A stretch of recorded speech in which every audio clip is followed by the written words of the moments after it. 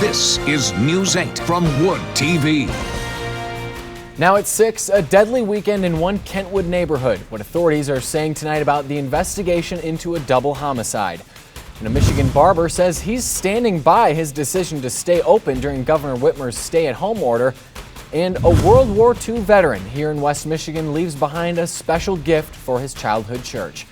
Good evening, everyone. I'm Justin Kollar. Thank you so much for joining us tonight. We begin the broadcast with the latest coronavirus numbers here in Michigan.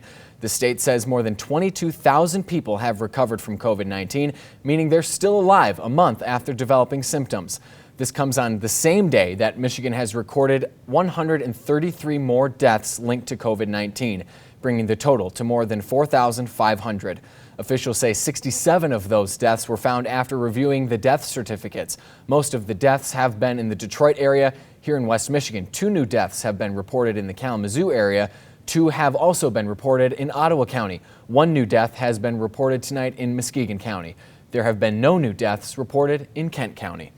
Also, today, 430 more cases of COVID-19 have been confirmed, bringing the total to more than 46,000 statewide.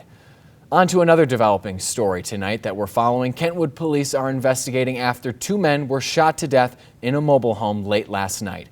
Police say it happened just after 11 o'clock at the Paris Estates Mobile Home Park that's off of 48th Street between Division and Eastern Avenue.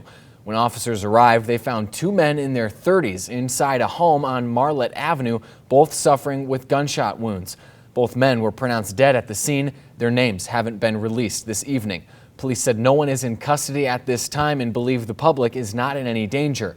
If you know anything about what happened, call Kentwood Police. Kalamazoo Township Police are investigating after a fight between roommates ended in gunfire. Authorities say this happened around 6 o'clock this morning at a home on Stanford Avenue. During the argument, authorities say a gun was fired, causing the roommates to run from the home. No one was shot, but the victims suffered injuries during that fight.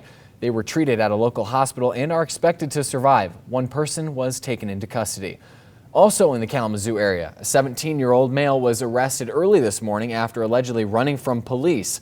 According to authorities, the teen was driving when police tried to pull him over for speeding on Northwest Nidge Avenue near Florence Street around midnight. He drove off, and police say they later found him in a garage on Alamo Avenue, where he was taken into custody after a chase near Prairie Avenue. Police say during that chase, the teen dropped the stolen pistol, which was soon recovered. The teen is now facing several charges. Well, let's take a look now at your weather. While the sun is out this evening, and it sure looks beautiful, we're expecting another major cool down as we head into the night with even some chances for snow. Meteorologist Ellen Baca joins us now with how things are looking. Ellen. Goodness, we can't shake this. Thank you, Ellen. Back to our COVID-19 coverage now. This weekend, we've learned that 18 inmates have died from the coronavirus at Lakeland Correctional Facility in Branch County. That's more than any other prison in the state. The prison near Coldwater has a large share of Michigan's older prisoners. State data shows Michigan's prison system has had a total of 49 people so far who have died from the virus. A Michigan barber remains open while other barbers across the state have been forced to close in compliance with the closure of all non-essential businesses to help fight COVID-19. The barber insists he's only trying to make a living. As the only barber in the business, his shop is packed. Barber Carl Mank has been reopened 4 days now, and he says he's gotten a few citations already, but money is coming in fast enough to help him pay them all off. His Owasso shop is now full of people not following social distancing rules. They are following his decision to reopen, however. As supporters, they say they'll rally to pay any additional fines he incurs. Mankey says he stands by his decision to reopen early, calling it courageous, not defiant, and says it's worth the risk to support his family. Recycling bottles and cans has been put on hold during the pandemic, but if you're looking for a place to make donations in the time being, look no further. The Rockford Rotary Club collected them today and did so for a good cause. News 8's Dana White has the story. Thank you, Dana. Governor Gretchen Whitmer has delayed the expiration of Michigan driver's licenses and state ID cards until late July amid this lingering pandemic. An executive order now extends that expiration date of state ID cards, valid driver's licenses, and operator endorsements, which expired or were set to expire between February 1st and June 30th. The new order's protections do not apply to drivers with suspended or revoked driver's licenses. The order also suspends penalties for vehicle registration violations and ensures that automobile insurance will continue to cover Michigan drivers. We'll have more national coverage of the COVID-19 pandemic coming up in our next half hour for you. We'll dip into NBC Nightly News coverage here at 6:30 right here on WOOD TV8. But for now, friends and supporters of Ahmaud Arbery gathered in Georgia today to keep his memory alive a day after two men were formally charged in his death. Arbery's family says the 25-year-old was jogging in February when two men confronted him and shot him. Today, Arbery's mother is offering her thoughts on the arrests of Gregory and Travis McMichael. Chris Pallone has the latest. A World War II veteran from our area passed away earlier this week, but before he died, he donated thousands of dollars to fix the bells at his childhood church. News 8's John Dommel takes us to this hero's final farewell. Little Richard, a founding father of rock and roll, has died. He was 87 years old. Family friends say he died this morning but have not released the cause of his death. Mark Barger reports. I keep being like, well, the snow's done, but instead we have frost on Monday, and then the frost is done, but we might have a freeze on Tuesday. It's not until Thursday that we have 60s, Justin. Ellen, are you sure we can't just substitute last weekend's forecast for tomorrow? I think we were talking about the 70s. Yeah, I wish we could. If I could, I would. That would make our moms really happy. Yeah, I think it would. Thank you, Ellen. Well, Saturday Night Live will air another pre-recorded From Home episode to end its season later tonight. This weekend's show will be the third remotely produced episode since the start of the COVID-19 pandemic. The episodes have featured taped sketches put together by cast members and production staff sheltering at home. The recent shows have surprised audiences with celebrity cameos, including appearances by Brad Pitt and Tom Hanks. Saturday Night Live airs tonight at 11:30, right after News 8 here at 11. And coming up, keeping from getting left behind during the coronavirus pandemic, how students from lower income homes are being impacted. 50 million American kids are now going to school at home. An alarming study suggests students could lose significant math and reading skills, taking a particularly harsh toll on students from lower income homes without electronic devices or internet access. NBC's Chris Jansing has the story. This is News 8 from WOOD TV. Thanks for staying with us this evening. I'm Justin Kollar. We start at 6:30 with the latest coronavirus numbers here in Michigan. The state says more than 22,000 people have recovered from COVID-19, meaning they're still alive a month after developing those symptoms.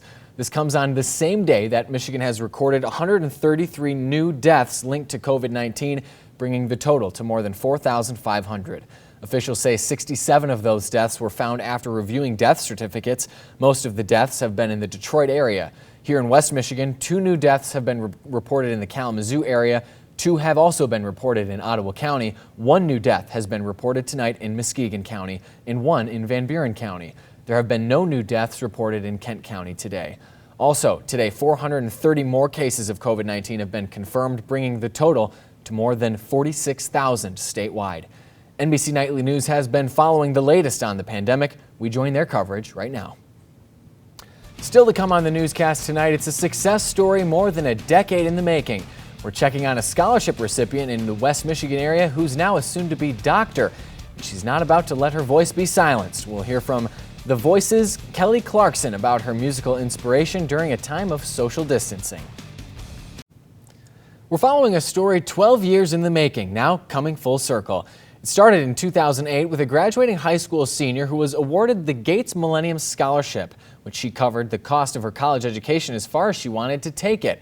We now know that Shayla Young took it all the way. She's preparing to complete her doctorate degree at Michigan State University. Here's News 8's Leon Hendricks with an update on Shayla's educational journey.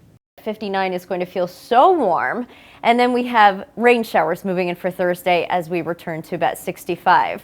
So it takes a while for us to move back up closer to where we should be for this time of year, unfortunately. Yeah, I had some perennials in a window box, forgot to cover them last night, went outside this morning, and they're all they're deflated. gone. They're goners. You're gonna have to get more. No, well, thank you, Ellen. Hopefully we'll get a little warmer temps in the next couple of days here. France prepares to relax its lockdown on Monday with shops and some schools allowed to reopen. The country has suffered one of the highest COVID-19 death rates in Europe. NBC's Molly Hunter reports. The popular NBC show The Voice has another remote edition coming up on Monday. It's adjustments for the artists and the coaches, including Kelly Clarkson. Mark Barger talked to her about life in isolation because of the coronavirus. Wow, 5 languages in 5 days. I don't know if I could do that. No, that is a challenge. I know a lot of people are using their quarantine time very responsibly, though, by doing creative things like that. I've been trying to reteach myself how to play the banjo a little bit. But there you go. Yeah, we'll look forward to that on social media. I can't wait. If we look at the forecast, you can see that we have a lot of colder days that I'm sure other people will be using to stay inside and maybe pick up a hobby. Otherwise, we warm up towards the end of the week. Back later at 10 and 11. Thanks for joining us.